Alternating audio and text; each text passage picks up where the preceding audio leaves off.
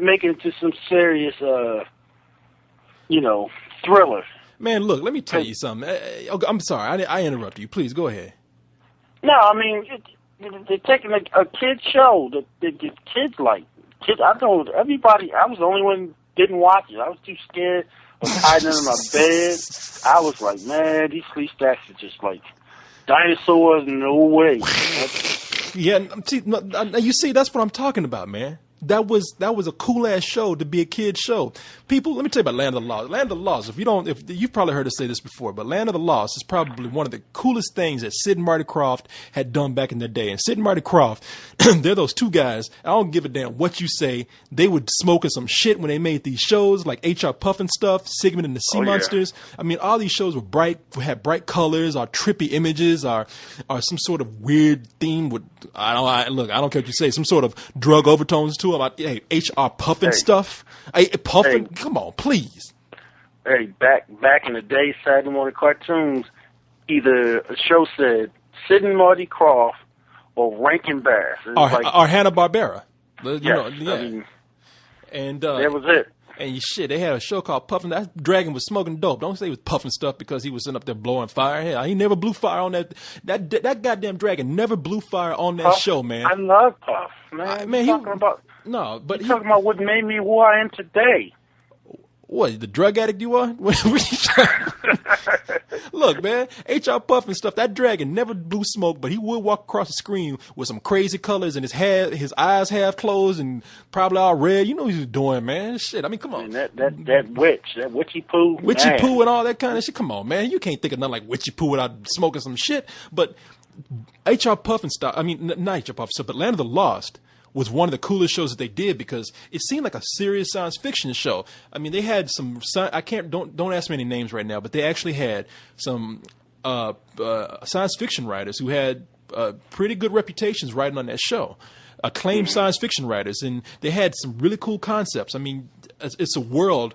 Okay, it's kind of dumb the setup. I mean, yeah, I guess it sounds like some drug-induced shit if I tell you the setup, but it was like these three campers, Marshall, Will, and Holly. In fact, if you sang the song, Marshall, Will, and Holly on a routine expedition, met the greatest earthquake ever known. Yeah, and they did that thing when they went over the rapids, like, it was like, high on the rapids, the raft went down the hill, or something like that. And you hear that, and they fell into the valley, and it said, and they fell into a valley deep below, and that's where they were in the Land of the Lost. In Land of the Lost, that's the story they tell you at the beginning.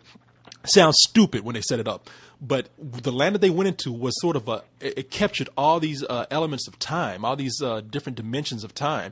So at first you think they got stuck in prehistoric times, but then you realize like it's a portal where people have gotten trapped, people from other dimensions, other planets.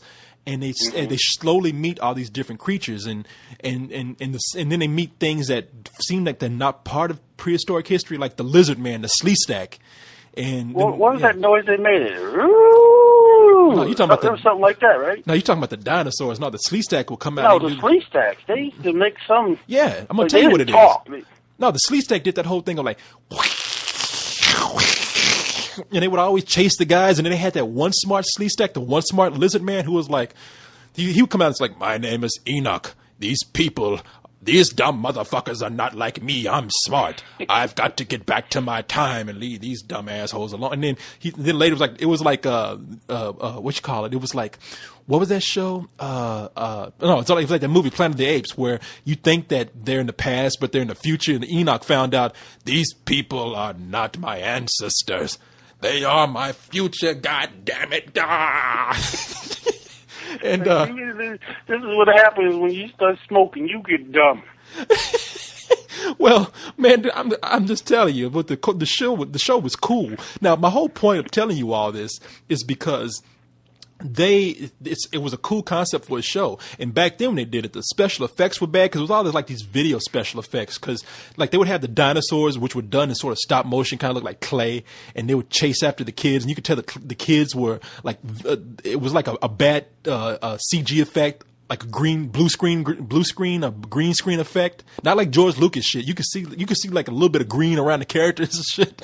So yeah, and my whole thought was it would be great to see them redo a movie, redo it in a way that is serious and actually redo it sort of like a PG-13 movie where you take all the best science fiction elements out of it and you make a great movie. Now they got Will Ferrell in the movie and they're making this a comedy. I'm like, oh my God. But who are you making it for? See, that's part of the thing about these TV movies. Like you take something from like 30, 40 years ago, and it's like, well, the older people know it because they was there when it was out the first time, when they caught it in the reruns. But the younger people, they don't know nothing about it. So who are you making it for? And then all us older people, we want to compare it. Is that what they did in the TV show? And if they don't get it right, then it's done. It's done. Well, man, look, I think you bring up a good question. Who are they making it for? They're making it.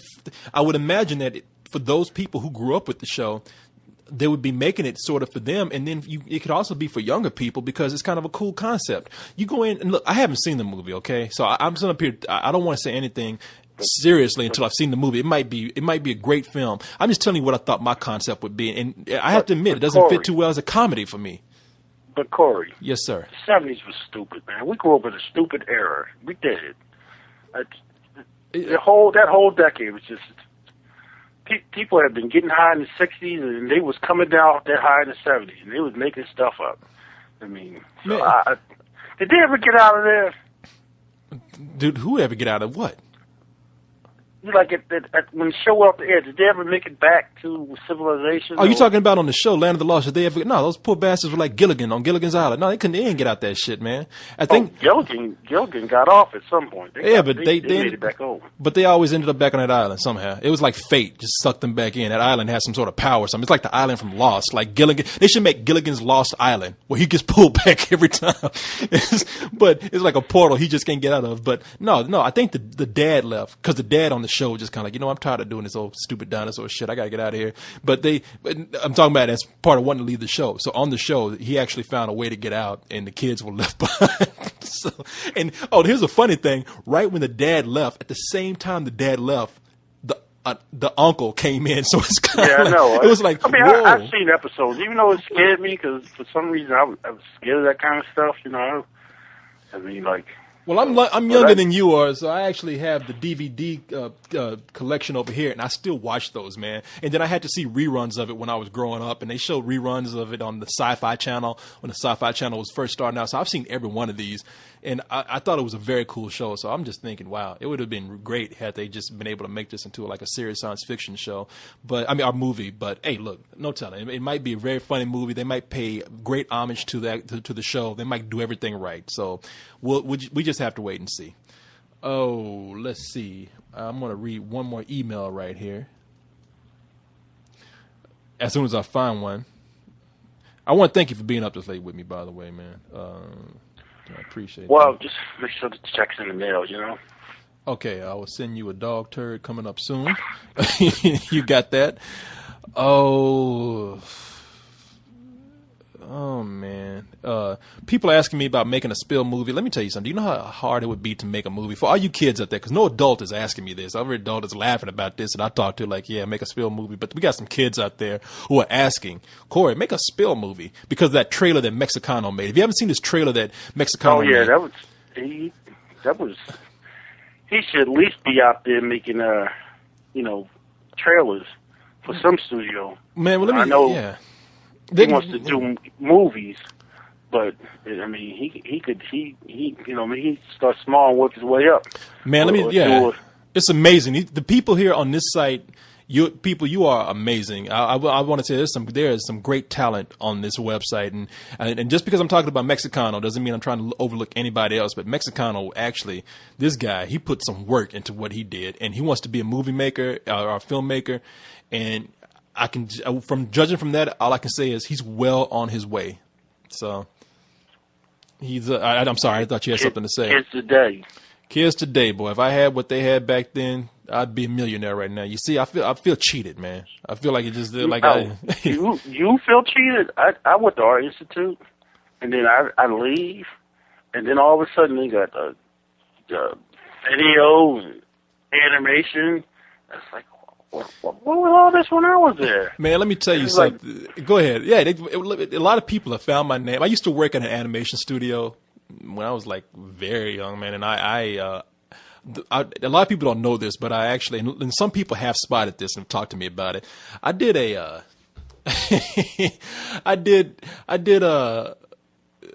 worked on Space Jam. And I can remember I saw your name. Yeah, and people, let me tell you something. I want to answer this anyway. On Space Jam, let me tell you the story behind this. I told Metal Virgin this in an email. And by the way, she wanted me to wish her happy birthday. Happy birthday, Metal Virgin. Okay, so we got that. Happy birthday. No, hey, take it easy out there, slamming them down, Oh, yeah, that girl's turning 21, man. I wish I was there to corrupt her ass. But anyway, I got your present. Shame on you, man. Yeah, shame on you. Yeah, shame on me. I've heard it all before. Corrupted enough use of the day as it is. You don't need to corrupt anymore. Hey, that's what I'm here for. To teach them about life early on. But man, when I worked at this studio, so I was working on Space Jam, and I'm not bragging about that. I just think it's a funny story because, I mean, back then, I don't know what the deal was. I used to say, yeah, those guys didn't give me a chance. And the guy who ran the studio is actually, I don't see him a whole lot, but I do consider him a great friend. And I consider him a guy that gave me my first chance. And he actually, I actually give him a lot of credit for where I am today. But at the time, I think I wasn't just, my skill level just wasn't that good. And they had me working on, they had me take out, I remember one time they just didn't have anything for me to do. And they weren't going to let me touch the cool shit. So they had me go take shit to the recycling bin.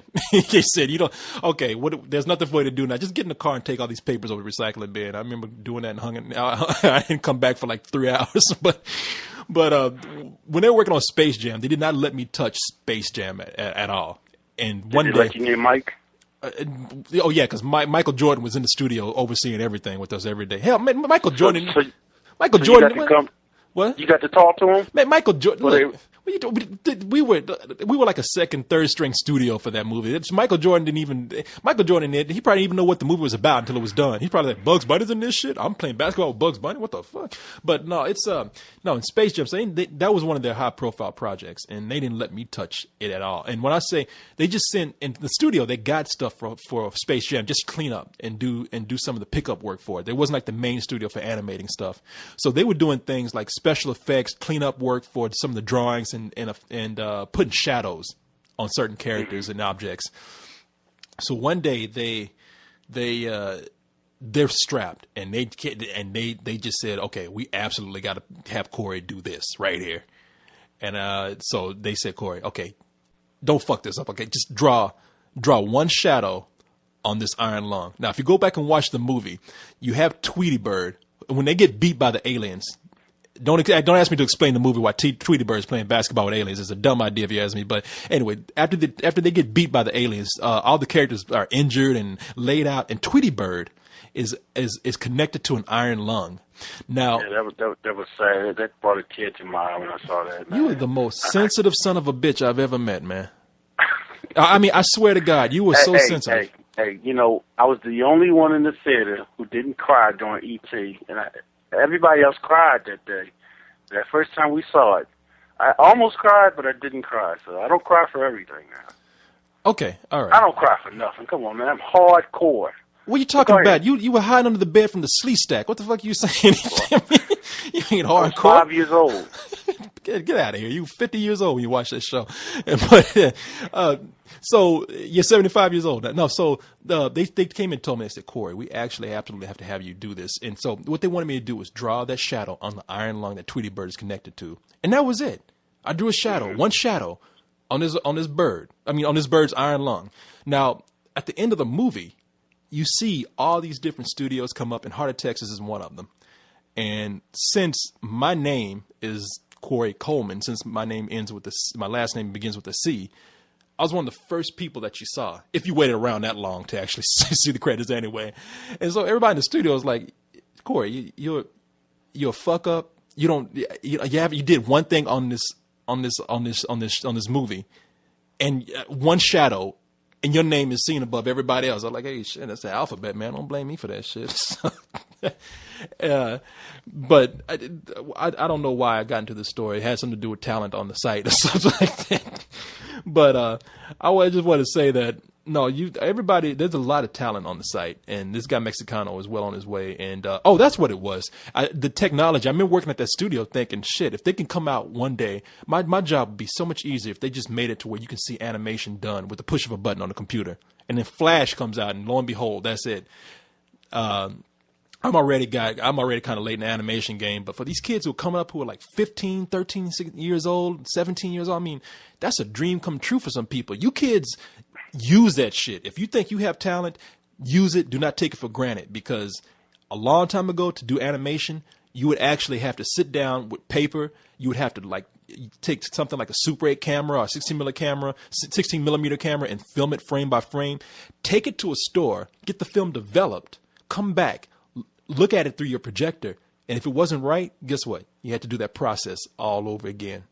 And so please, when I was first started doing animation, that's the way I did it. And when Flash came across, or any kind of program that allowed you to do animation on the computer, that was a dream come true. So I'm happy to see when people use that. Somebody like Mexicano who actually go in and utilize that at a very early age. Yeah, well, these kids today, they're born and they're given a computer. So by the time they get old enough to, I still remember the days where you was trying to figure out how to do DOS. Yeah. Let alone doing the day with these computers. Well, these days, I mean, I'm just amazed at how computers have gotten smaller. I mean, this is a lucky age these kids are living in. So, but even though things are that simple right now, I still cannot make a spill movie, okay? Because it's too much work. It's just too involved. I don't think you understand how much time and money it takes to make a movie. Now, I could go in and make something really, really silly, but I mean, what am I going to do? I'm going to put like hours and hours and money into something that I'm just going to put on the website for a day? I mean, no, that's not possible. I mean, to make a movie, especially an animated movie, even doing it the way we do it, it's a lot of work. It takes a team of people and a budget. I think a lot of people on this site would buy a movie from you if you made one, but I tell you, well, hey, maybe one day we'll make something like you know how you have those straight to DVD movies that are like 30 minutes long, 40 minutes long, something like that. Maybe one day if somebody can give me a good enough idea, maybe. I'm not saying not even anytime soon, but maybe. Oh, you shouldn't have said that, man. You shouldn't have said that. 'Cause now you're going to be getting all these emails. Why don't you do this, man? Why don't you do that? Oh, I know. I'm just curious to see what people's ideas are. Their ideas are. I'm not saying I'm going to go and do this. I'm not saying that I'm going to be taking these seriously, at least not yet. I would just love to hear what people have to say, their ideas. Who knows? Later on down the line, I might take this and we might say, hey, you know what? We can actually maybe make a straight to DVD thing and sell it on the site. I mean, I'm saying this hypothetically, of course. I'm just saying somewhere down the line. Here's what I want people to do. I just want you to inspire me. That's all. Just inspire me. And who knows what happens. I just get inspired by seeing people being creative on the site. So whatever you got to do. That's all. Well, why don't you hire some of these creative people to do the work for you? And you just keep them out of the money. That's all. It doesn't work like that. I mean, people are so excited. You want me? Here, I'm going to set up a scenario for you. All right. Here's how it's going to work. All right. Okay. You get somebody. Let me say I just get 10 people on the site, and I tell them, hey, would you like to work on a spill movie? In the beginning, they're going to be like, oh, man, Corey, you know what? It would be my dream to work on a spill movie with you. I've been wanting to do this for a long time. Great. I can't pay you. I don't need any payment, man. I just want to do this because I think it's such a cool project. And so we start working. They realize how hard it is. They realize, and then one day they're thinking, shit, you know what? Fuck this. I'm not getting paid. And they're out. Now, it'll be polite. It won't be like that. They'll be like, hey, Corey, man, I really can't turn any work today because I got to go to work. I got to go to class, or, oh, man, you know, my dog is sick and I got to pull cotton out of his ass or whatever. I don't know. But then later on, then they'll say, and I'll be back. Well, trust me, man, I want to be a part of this. I'll be back. And then you know what's going to happen? Either they'll come back and say, yeah, things are getting kind of hard. I don't think I have time to do this anymore. But that guy's good. Pass off the work to him. Or they just, you won't hear from him anymore. But if they really want to get into the business, I mean, you know, a portfolio is what you need, and you know, you may do some free work today, but when you're ready to show people what you can do, that'll get you to the paying jobs. I mean, I've done artwork and photographs that was for free, just so I could have something to show to get paid later. But a movie I don't think people understand when you say movie. I mean, who knows? Right now, I've been through this before. I've done this for years. I've been a freelance artist for years. I've done animation for years. I've done creative work for years, and it doesn't work that way. People got to get paid. And that's what it comes down to. And I don't like to give work to people for free. I do that. I will do that as a trial period, if people do work for me, but it eventually leads up after a couple of weeks, they're going to get paid for it. I don't like to do that because for one reason, I don't like to cheat people. I don't like to have people do stuff for me and then feel like I'm taking advantage of them. You don't cheat people when they have that title of intern. No, you're right. But the other deal is, it's for my own peace of mind. I like to pay people to know that they're going to be around. Look, if you're getting paid, that means that you got a job to do. And if you want to get your money, you got to do it. You don't get paid until you do it. And we have people that we do that with right now. So that's the model I like to work by. It's the only thing that has worked for me. So, I want to hear your ideas if you have some for a Spill movie. I mean, it'll be great to hear. Somebody start a group and put the ideas in there. I'll go and check it. I think they do have a Spill movie group. Okay, well, put the ideas in there. Start a separate section that says, as heard on a Coleman's, the ideas for Spill movie, because Corey asked. You can even make that title right there as long as it is, and I'll go and look at them and we'll see what happens. So, with that said, right now, anything else you have to add to that, by the way? Any advice, anything? I don't mean to shut you out. No, I mean, I told you what I thought, and, so. Okay. I'm done. All right. Okay. Sorry. Okay. You got me. Okay. One guy asked if we're going to go see College, and that is from George. George, I would like to go see College, but because I would like to just have a complete list of movies that we've seen on the site. If I did, it would be an audio review, but at this point, they didn't give us a screening for it, and I don't think I'm going to go check it out just because it came in at number 15. Nobody really saw it, and basically, I don't think anybody gives a shit about that movie. So. There was a scene in that movie, and I'm sitting there watching, and I'm thinking to myself, these little high school kids had a choice of doing something or getting their ass whipped, and I'd have took their ass whipping, because what they made them do is and for them to actually do it in the movie, I'd have looked at the script and said, no effing way. I'm not doing it, no. Hey, you can say fuck here if you like. You born again Christian or something? No, fuck this, man. Okay, so there you go. Get it out, man. Every now, motherfuckers. Exactly. Shit, I tell people sometimes, look, if I write, if I send you an email, if I write, I can send some eloquent emails, very professional. When I write creatively, I can actually write, and I don't use foul language because you always hear that a man who uses foul language is just doing that because he's not smart enough to use correct language. And look, no, I know how to speak clearly. Okay. I know how to speak correctly. I know how to spell. I know how to write, but there comes a point every now and then you just got to get out a good fuck. Okay. Hey, people, if you come to my page and listen to that review we did for the movies that came out last week, you will hear the words fly there. 'Cause I just came home from both of those movies. What, disaster movie in college? Yes. Yeah. And we did it as part of a call-in show. And man,